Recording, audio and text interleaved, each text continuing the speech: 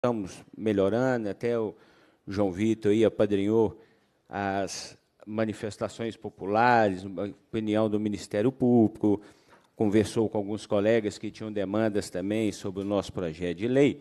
Eu queria perguntar aqui para o Júlio, que ficou lá à frente do IBAMA durante vários anos, e o IBAMA, eu estou perguntando isso porque também faz parte da Câmara de Atividades Minerárias, onde tem uma cadeira no Copan, que é onde são feitas licenças ambientais. É lógico que o IBAMA é o órgão federal, onde, quando tem supressão de Mata Atlântica, mas, às vezes, um exemplo que tem no IBAMA pode servir também para nós aqui provocarmos o Estado uma didática melhor de trabalho. Eu queria saber como são feitas as decisões, se são por colegiado, se tem órgãos de representação populares, se tem conselhos, como é feita uma análise de sustentabilidade, até para que nós, membros da comissão e os demais colegas, tenham conhecimento que, às vezes, um exemplo do que é aplicado no IBAMA pode ser bom aplicado aqui no meio ambiente em nível Estado, para que possamos dar uma agilidade e um processo sério e seguro para que não aconteça mais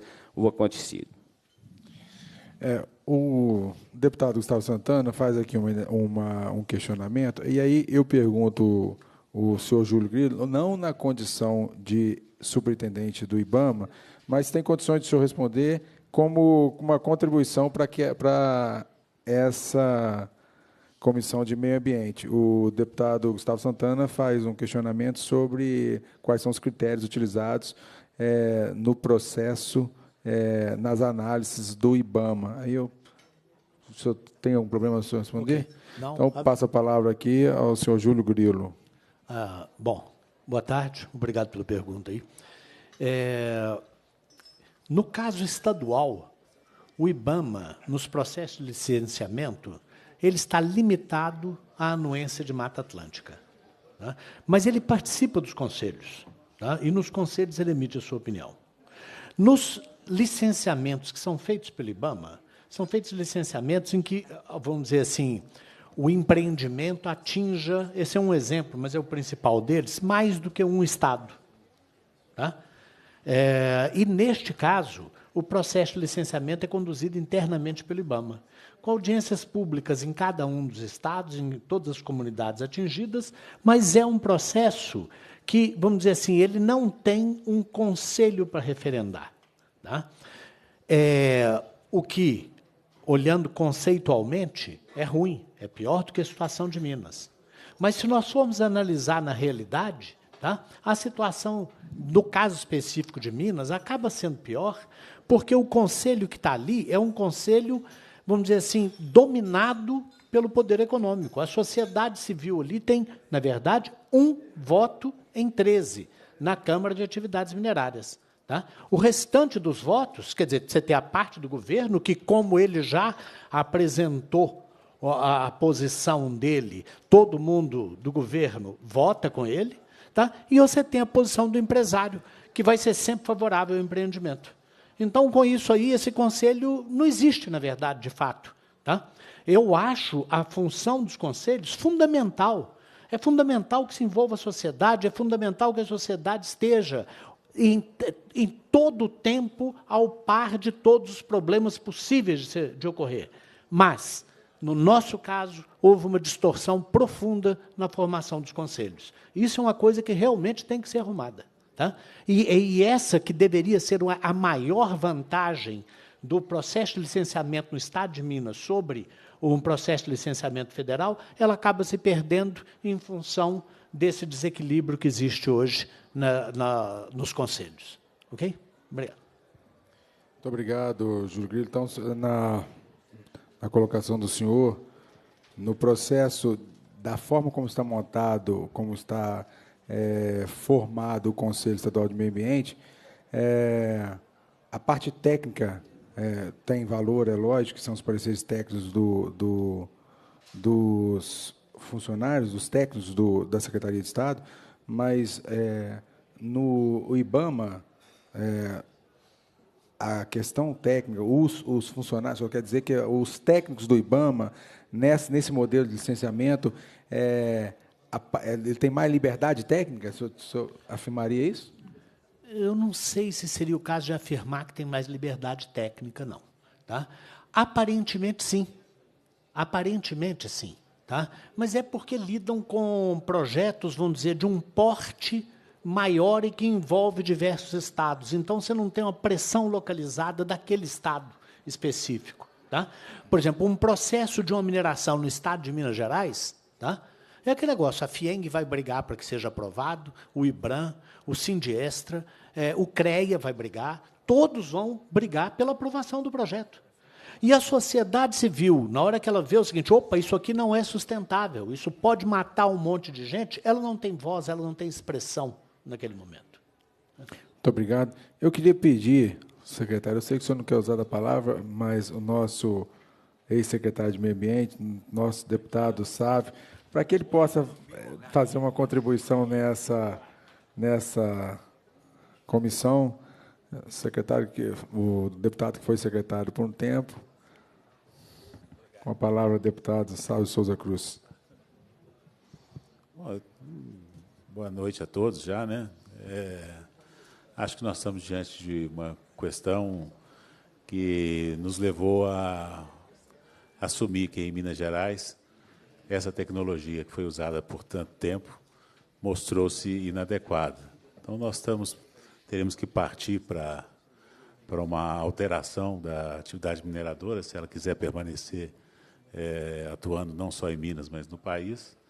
E, só para acrescentar essa última informação do IBAMA, eu acho que Minas Gerais tem um protagonismo imenso na forma de decisão dos processos de regularização ambiental, particularmente dos licenciamentos, conforme perguntado. Porque uma decisão de uma licença, ela está longe de ser exclusivamente técnica. É por isso que o Conselho é de política ambiental. Portanto, o modelo mineiro, eu acho que ele é muito superior ao modelo do IBAMA, onde a decisão é monocrática, uma única pessoa delibera se pode ou não pode.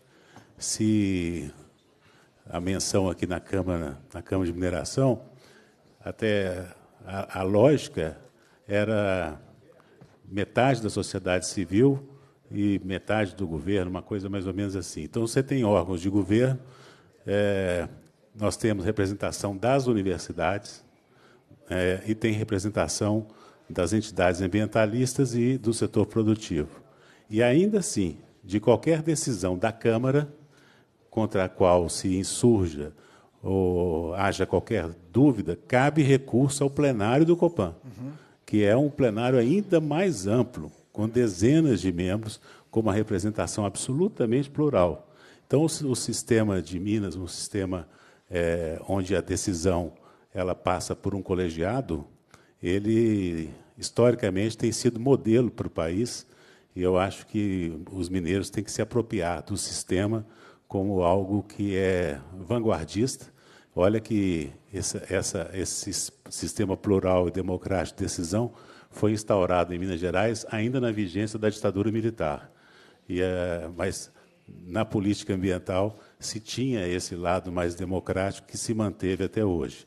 E lembrando que, se há necessidade de alterar a composição, isso também pode ser discutido, não tem problema nenhum. Mas o que nós não podemos é perder a lógica de uma decisão plural, aberta, onde as pessoas participem, todas as reuniões são abertas ao público, não é uma decisão de gabinete tomada monocraticamente por algum iluminado, como acontece no sistema do IBAMA. Então, o sistema de Minas é muito superior, e, se há necessidade de alterar, vamos discutir, e lembrando que cabe sempre recurso de decisão de Câmara ao plenário do Copan. Muito obrigado, deputado Sávio Souza Cruz. Lembrando também que ela vai passar agora para inscrever aí. Lembrando aí que todas as decisões também são baseadas em pareceres técnicos, né, dos funcionários do CISEMA, e volto a dizer, vou ser aqui um eterno defensor dos funcionários do Sistema Estadual de Meio Ambiente, não resguardando se houver alguma evidência de falha, mas são profissionais capacitados e, na minha opinião, incapaz de emitir pareceres em desacordo com a legislação, diante das informações que lhes são apresentadas. Eu passo agora a palavra aos representantes da Vale. Enquanto isso, quantas pessoas que vão querer usar a palavra? Adriana, do Movimento Mineiro, Celeste, são 3 pessoas que querem usar a palavra. Eu vou fazer o seguinte, antes da Vale usar a palavra, eu vou passar para ela, para eles, porque às vezes vão ter alguns questionamentos, e aí vocês têm a oportunidade de responder também. Então, eu convido, Celeste, para você usar a palavra. 3 minutos dá para você fazer a sua explanação? Então, você pode fazer o uso da palavra. Celeste, por favor, você se identifica primeiro, seu nome completo. Eu chamo Celeste Aida Amorim Marques Gontijo, sou turismóloga, ambientalista, defensora dos atingidos de barragem desde 2002, fui aluna da Andréa Zouri, na qual eu reverencio e agradeço de ter me ensinado que o respeito ao ambiente, que eu já respeitava, incluía os atingidos de barragem, que eu nem sabia, mas eu já era. Me dá licença, eu vou usar o boné do MAB, Movimento de Atingidos de Barragem.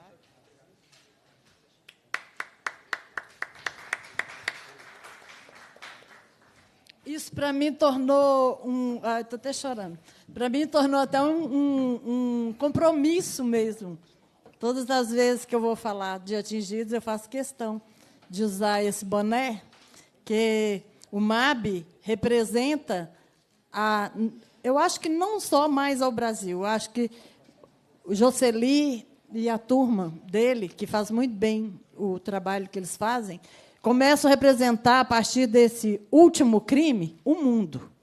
Porque, gente, o Sávio eu já conheço. Teve até uma vez que estava do PL, em 26 de outubro de 2015, ele era o presidente da mesa, que eu brinquei que o corpo fala. Eu vou repetir aquela fala. O corpo fala. E fala, quando o corpo fala, é porque cada gesto que vocês fazem ao falar, vocês estão emitindo o que vocês estão pensando. Eu estou muito feliz de conhecer o Noraldino, que eu não conhecia, com uma voz serena, parece com uma pessoa que coloca. Só me incomodou quando você fala nós, em nome do governo. Depois eu quero saber se você é do partido do governo, parece que não. Não. Tá, eu quero cumprimentar... Eu falo nós aqui na Assembleia Legislativa, nós deputados. Eu quero cumprimentar o rapaz do Corpo de Bombeiros, né, e dizer também que eu, desde o momento que rompeu e que eu recebi a ligação de um rapaz lá de Brumadinho, logo em seguida, menos de meia hora, a primeira preocupação que eu falei é quem que ia ficar dentro desse lixo, porque eu vou sempre repetir isso, eu que já sou ambientalista há muito tempo, e que eu acho que é tudo errado, né, gente? Eu sou terapeuta da paz também, e o holístico é o todo. Ambiente não é meio, ambiente é um todo. Não dá mais para a gente ficar aqui dividindo. Sabe que antes, no ambiente, tinha mais pessoas que eram da engenharia, que, naquele tempo, que tinham que dividir as coisas. Ambiente é o todo, é o todo. Então, aqui tinha que ter pessoas, tem que ter geólogos, tem que ter pessoas como eu, que são ativistas, que têm diversas formações e interdisciplinaridade, inclusive para questionar, né, quem está à mesa. E eu acredito que não é por acaso que todo mundo vai ter que ter o compromisso, a partir do que está até aqui dentro, mesmo que a gente seja importunado pelos sons externos e de um desrespeito a essa comissão, eu acredito que, infelizmente, o ambiente ele é muito pouco entendido, né? Então, eu quero deixar um recadinho para vocês, sabe, que tenham muito cuidado, que não é meio ambiente, que o ambiente é um todo, é holístico. O ambiente é um todo, que tem que ser visto de todas as formas, que os bombeiros têm que ser tratados, que aquilo é um lixo tóxico, carregado de metal, que tem aquela tabela periódica inteira de todos os metais, que eles vão ser adoecidos, como estão adoecidos as pessoas de Mariana, que a gente ajuda, que já estão adoecidas de Brumadinho, e cuidem das pessoas, sabe por quê? Porque político, ultimamente, está falando muito pessoas, que eles aprenderam que essa palavra é bonita, mas as pessoas atingidas não estão sendo tratadas, né? Talvez até que vocês ainda